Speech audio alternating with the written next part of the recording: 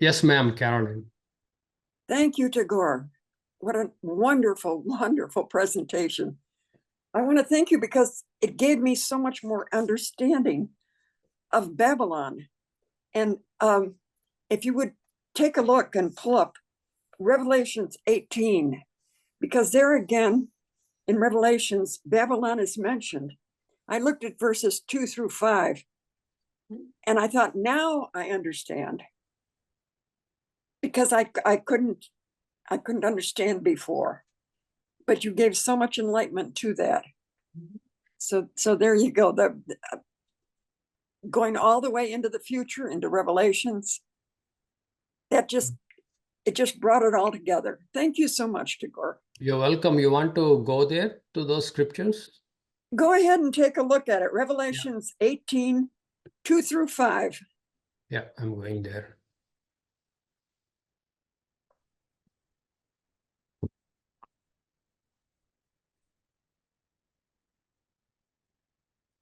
I'm reading this for Caroline. And he cried mightily with a strong voice, saying, Babylon the Great is fallen, fallen, and is become the habitation of devils, the hold of every false spirit, and a cage for every unclean and hateful bird. For all nations have drunk of the wine of the wrath of her fornication, and the kings of the earth have committed fornication with her, and the merchants of the earth are waxed rich through her abundance, through the abundance of her delicacies. And I heard another voice from heaven saying, Come out of her, my people, that ye be not partakers of her sins, that ye receive not of her plagues.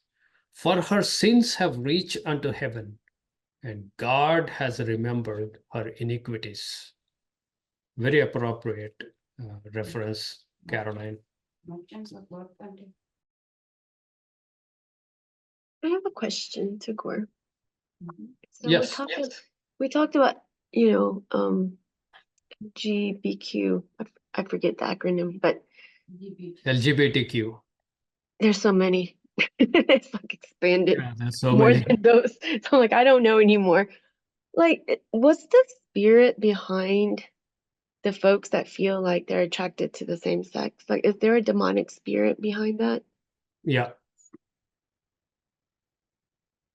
What spirit is that? Like, is there a name? Like, because we know there's a narcissistic spirit, right? Is it the same or is different?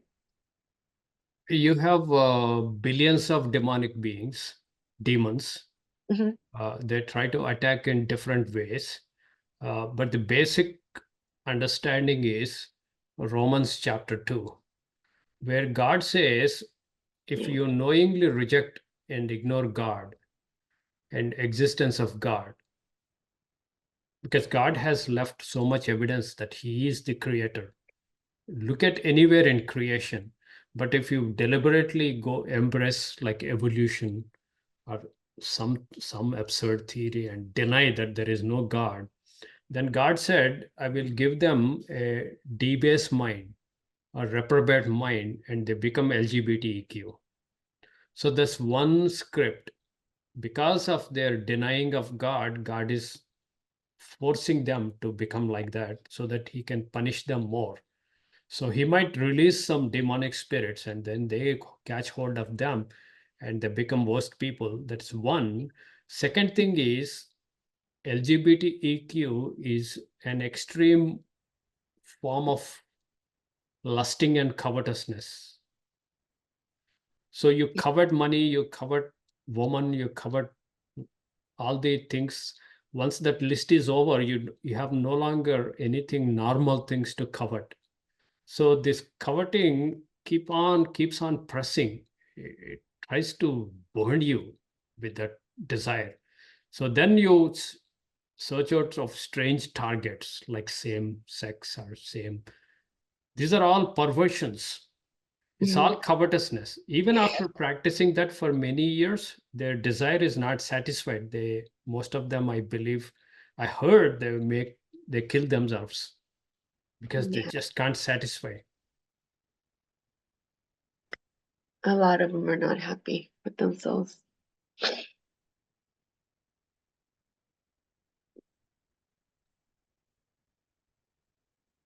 That's interesting. Good question, by the way.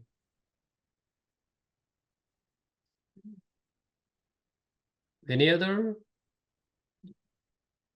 insight before we go to Alan? Okay, Alan.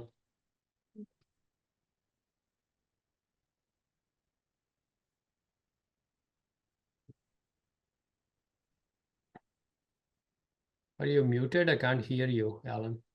Oh, no, I wasn't sure if it was Oh, my it's turn yet. yeah, it's your turn. Yeah. Oh, okay, yeah, I think you said Romans 2, but it's actually Romans 1.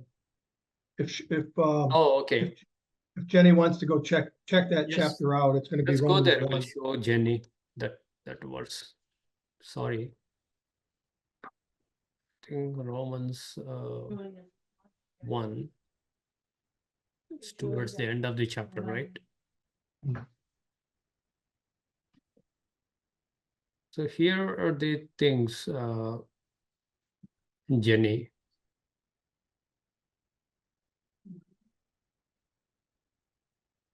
Because that which is 19. Yeah. Romans chapter 1, verse 19, because that which may be known of God is manifest in them, for God has showed it unto them. Because God showed it to them of his existence. Anybody can look at the design and understand the designer behind the design. You see design everywhere, incredible intelligence and wisdom in creation. Verse 20 is for the invisible things of him from the creation of the world are clearly seen, being understood by the things that are made, even his eternal power and Godhead, so that they are without excuse. If you say there is no God, you are without excuse. Because that which they knew God, they glorified him not as God, but neither were thankful, but became vain in their imaginations. Their foolish heart was darkened. Professing themselves to be wise, like professors, they became fools and changed the glory of the uncorruptible God into an image made like corruptible man, to the birds, four-footed beasts, and creeping things. It's a physical idolatry, perhaps spiritual idolatry. Because they reject God, they have to worship something else that is an idol. Wherefore, God also gave them up to uncleanness through the lusts of their own hearts, to dishonor their own bodies between themselves. So, this is the judgment from God. So, their desire is no longer controlled, it burns like fire, unquenchable. Who changed the truth of God into a lie and worshipped and served the creature more than the Creator, who is blessed forever. Amen. For this cause, God gave them up to vile affections. For even their woman did exchange natural use into that which is against nature. Likewise, also the men, leaving the natural use of woman, burned in their lust toward one another, men with men working which is unseemly, and receiving in themselves that recompense of their error which was meet. This was 1611 English. And even as they did not like to retain God in their knowledge, God gave them over to a reprobate mind to do those things which are not convenient, being filled with all unrighteousness, fornication, wickedness, covetousness, maliciousness, full of envy, murder, debate, deceit, malignity, whisperers, backbiters, haters of God, despisers, proud, boasters, inventors of evil things, disobedient to parents, without understanding, covenant breakers, without natural affection, implacable, unmerciful, who, knowing the judgment of God, that they which commit such things are worthy of death, not only do the same, but have pleasure in them that do them. He goes on and goes, therefore, you are inexcusable, man, whosoever you are. So I think that's the script we go often. Is LGBTQ, is it a source or is it a result? Is it a cause or is it an effect? In some cases, it's an effect, judgment of God. In some cases, it's a cause, bringing more misery on them, whichever. Anything, Alan, you want to add, or anybody? I don't think it has to necessarily be demonic at first. I think that the natural lust of a man or a woman can lead them down a path to begin experimentation with the LGB lifestyle. If you grow up in a house that had no Bible and you have no background at all in right and wrong, then you're much more prone to be willing to move into that direction, because you're taught that man decides what's right and wrong. It's the culture that decides.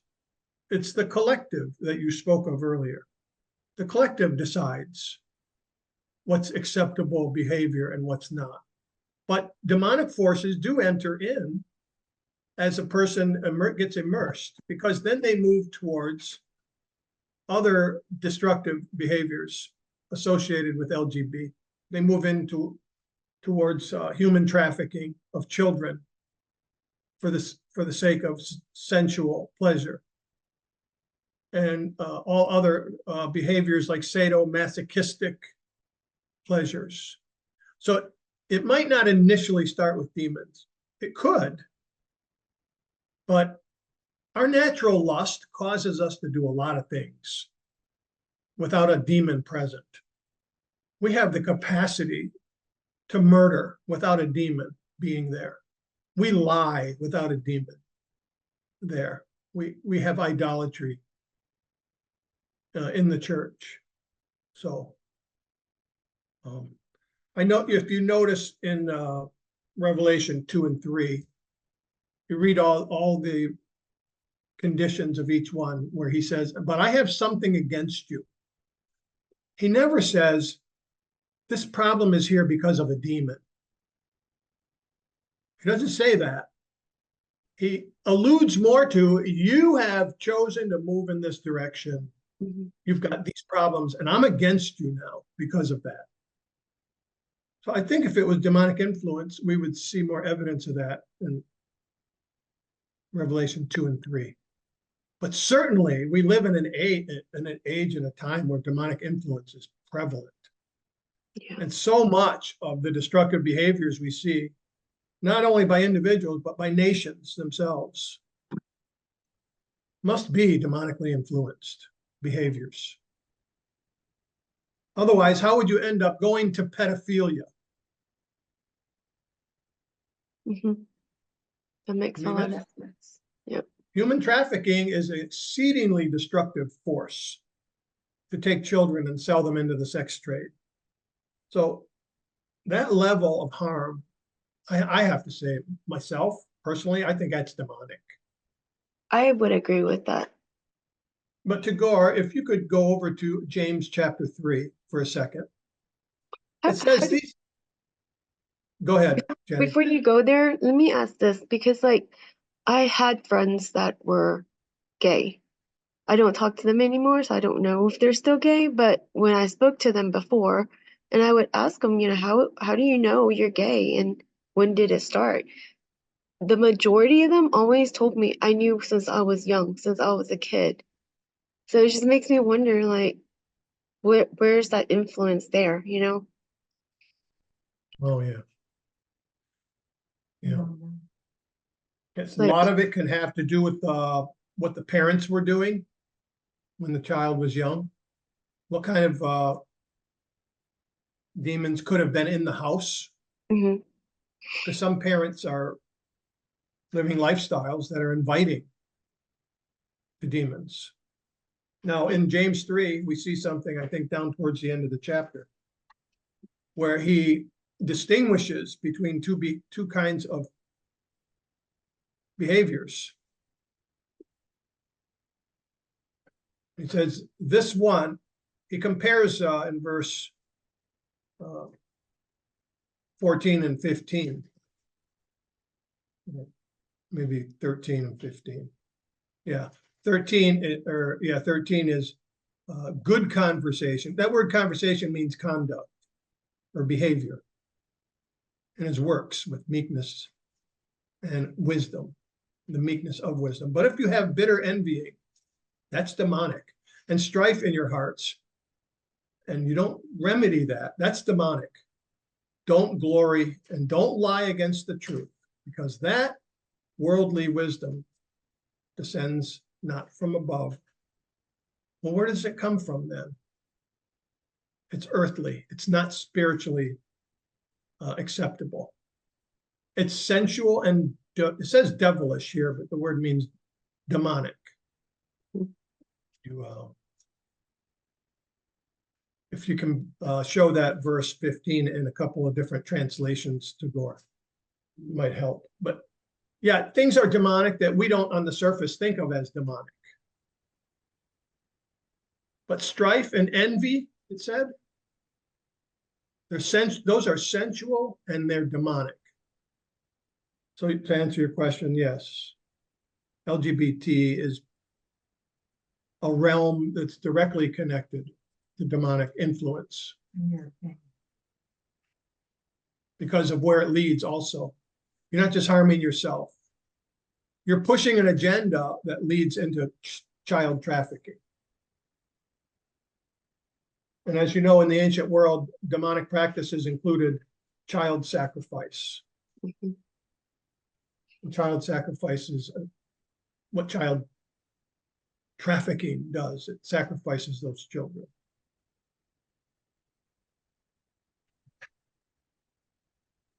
But Tagore, I did want to refer back to something you were talking about with Noah. And you referred to the bitumen on the outside of the ark. And I thought you were going to use the word, but you didn't use it. It was what sealed the ark. Yeah. So those inside were sealed in. They were sealed by God's design. And we carry that over to those today who are sealed by the Holy Spirit of promise. That's a good word. Yeah. Thank you. I think my King James uses the word pitch. Pitch. We I use forgot pitch on about it. that. Like, yeah, pitch. The word pitch and the word mercy seat are same in Hebrew. Kafar. Okay.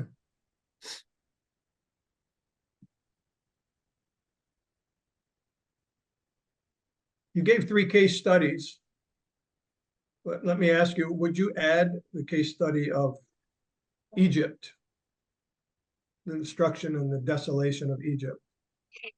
That's a good case, but within 1.5 hours, I wanted to pick up few cases. Yeah. I could pick up Egypt and Syria, and there are few, obviously Jericho, and there are very major entities that were judged like that. Jericho, if you take, no survivors. Everybody was decimated except Rahab, of course. Rahab is a picture of escaping church, fleeing church. Yeah.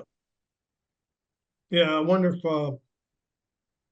if Rahab and her family were 8 souls. We don't know. Like, I think all her cousins, kith and cousins, like distant cousin, and some boy would call her auntie. So she might Yeah. have included him also. Who knows how it works? She was harlot by profession, but yet made a decision to trust in God.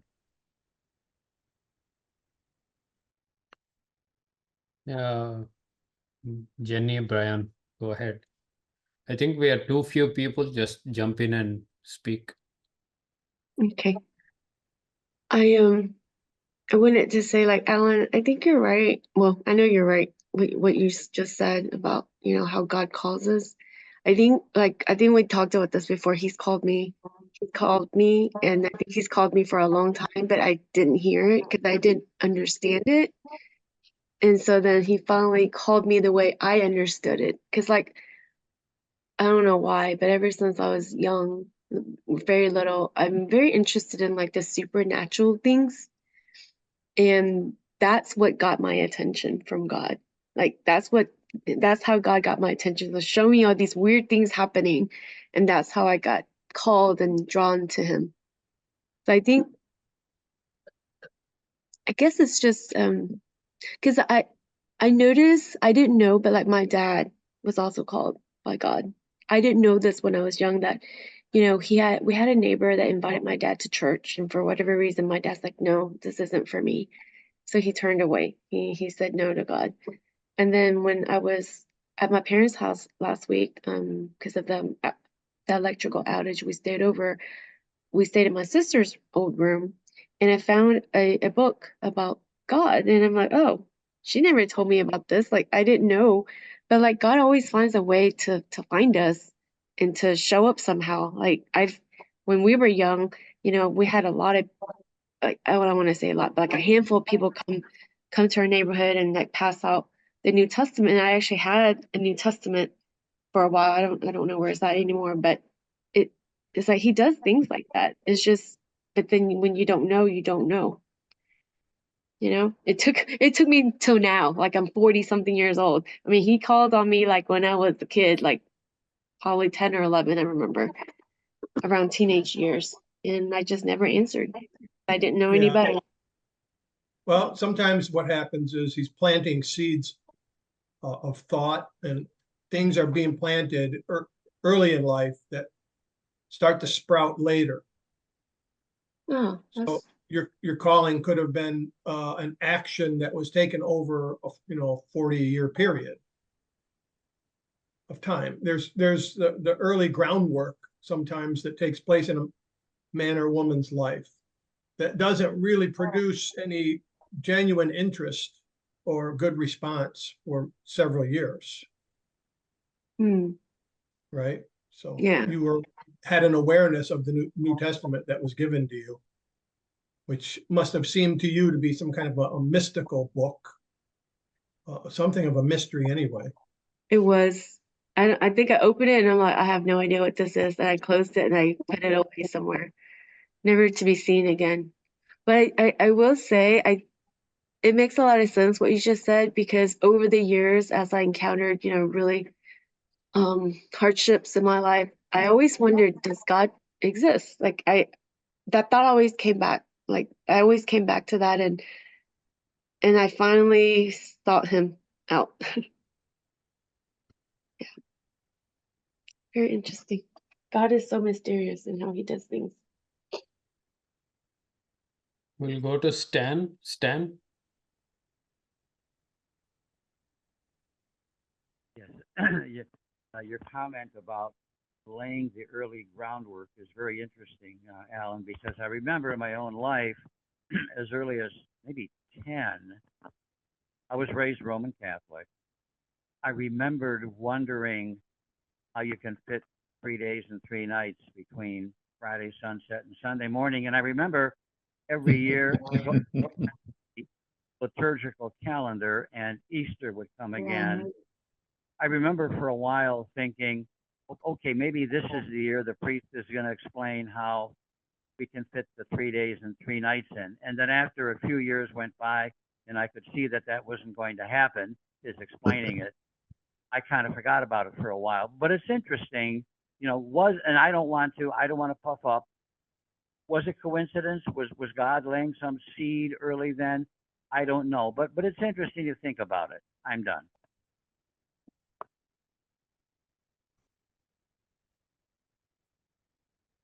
Yeah, absolutely. He does work throughout our entire lifetime. There are people who respond late in life too, right?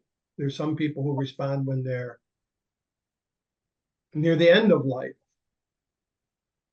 But there could have been groundwork being laid for who knows how long, how many decades. So sometimes that's how it is. So everybody's got a unique walk and a unique story to share. No two of us have an identical background, or no two of us walk the same steps, including husbands and wives. we live in the same household and we're married, but we're still walking separately and experiencing life together and separately. So none of us are identical, and that's part of the beauty of God's work. His creation is a unique creation of individuals, no two the same. It's so complex and so unfathomable. At the end of Romans 11, it says how awesome it is. It's past finding out. I'm going to see that at the end of Romans. His 11. ways are past finding out. Yeah. So we can't even find out. It's so wonderful and so marvelous the way he works. The last couple verses of Romans 11, after he describes the grafting in of the Gentiles into the spiritual body, and how the grafting in of the Gentiles is a wonderful miracle. Then he says, this work that he's doing should be like the last couple verses there. Romans 11. I think you're looking there for let's say the truth in God or not. No.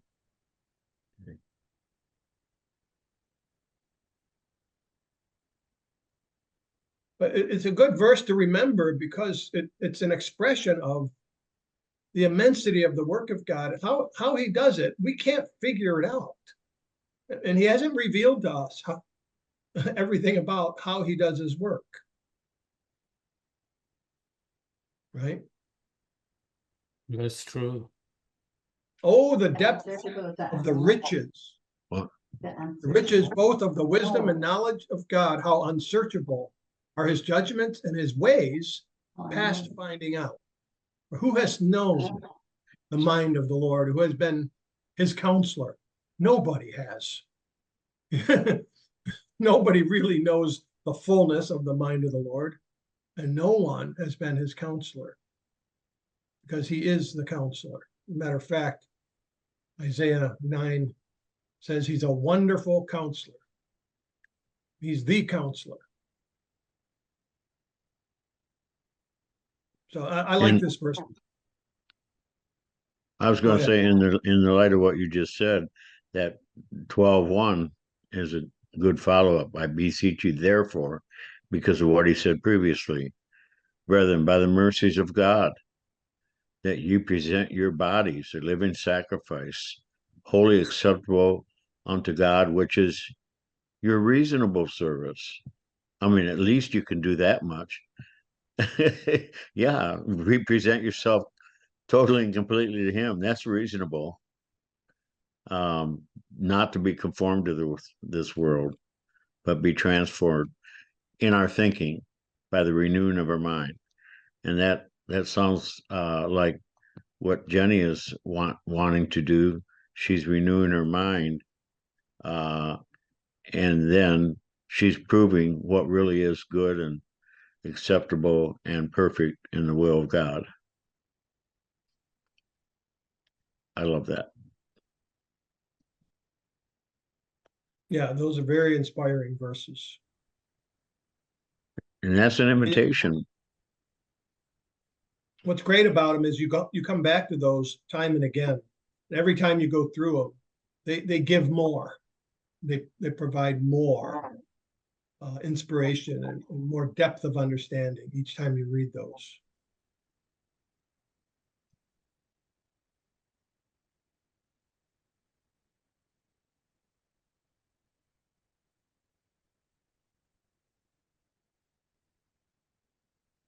What about the verse 3?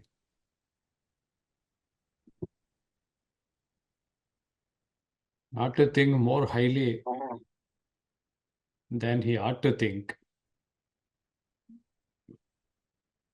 And that's a real temptation, isn't it? You're talking to me like that? Who do you think you are anyway? That's what he's saying.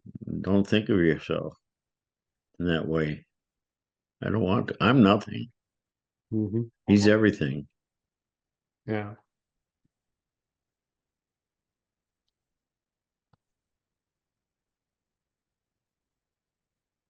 And yet at the same time, that has to be taken in balance because sometimes it's necessary to exert authority in the body, right? So in First Corinthians, they were told, take that man and get him out of the church because a little leaven's going to leaven the whole lump. So there's still church authority, even though we cannot think of ourselves as more highly than we ought to. There still has to be a force that doesn't allow the abomination that makes desolate.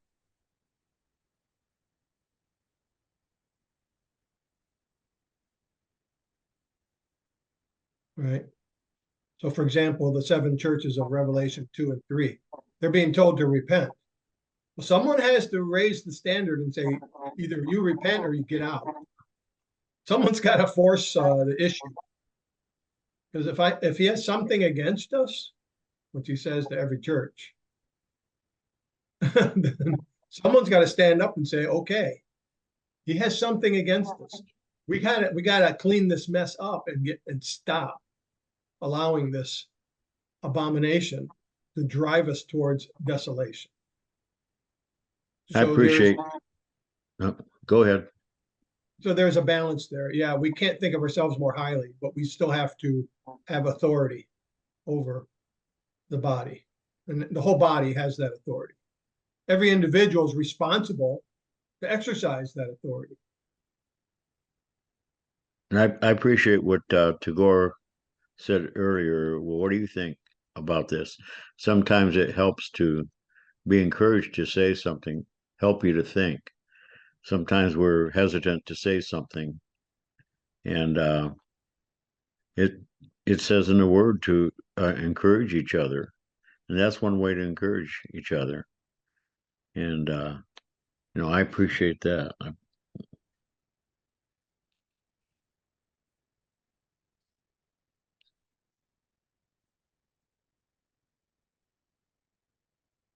We all have different personalities, different people altogether, in a way. Mhm.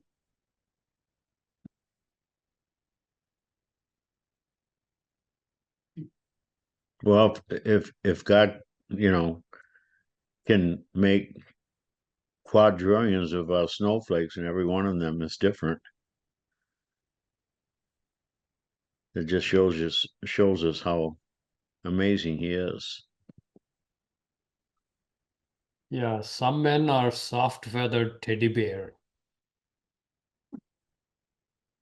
They wouldn't hurt a fly. Extremely sensible and sensitive. Then you have other people, dumb. Well, you had to mention not hurting a fly. I was at the store today and I bought a fly trap. It's got we don't like flies. It's got an ultraviolet light in it and it draws them. I haven't looked into it to see if we got any victims yet, but they love to sneak in. I killed him before he came home. Yeah, well, my wife said she killed a couple before I came home from the store. Hmm. I don't know though. What about these mice traps that are sticky? Whew. I don't like those. She doesn't like them. She'd rather have a quick, guillotine type. They have whole aisle dedicated to these things in Home Depot and Lowe's. Yeah. How's that again? Oh, wow. Dedicated to killing pests. Yeah. Oh, yes. Yeah. This is a Walmart store. It's got a third of an aisle. Or fourth or fifth of an aisle, maybe. Have you any of you ever heard what's the name of that store we go to once in a while? Or Allies? have any of you ever heard of Ollie's Outlet? Ollie's? Yeah, we got one here recently in Houston. Yeah, ours has been here less than a year. What city are you in? I'm in Houston, Texas. Houston, oh, you better have an Yeah. knowledge there. Yeah, we just got one like maybe 6 months ago or a little bit more than 6 months ago. We might have heard of it. Well, just this past week and a half, I went down there and picked out. I couldn't get all the same size, but they had AstroTurf.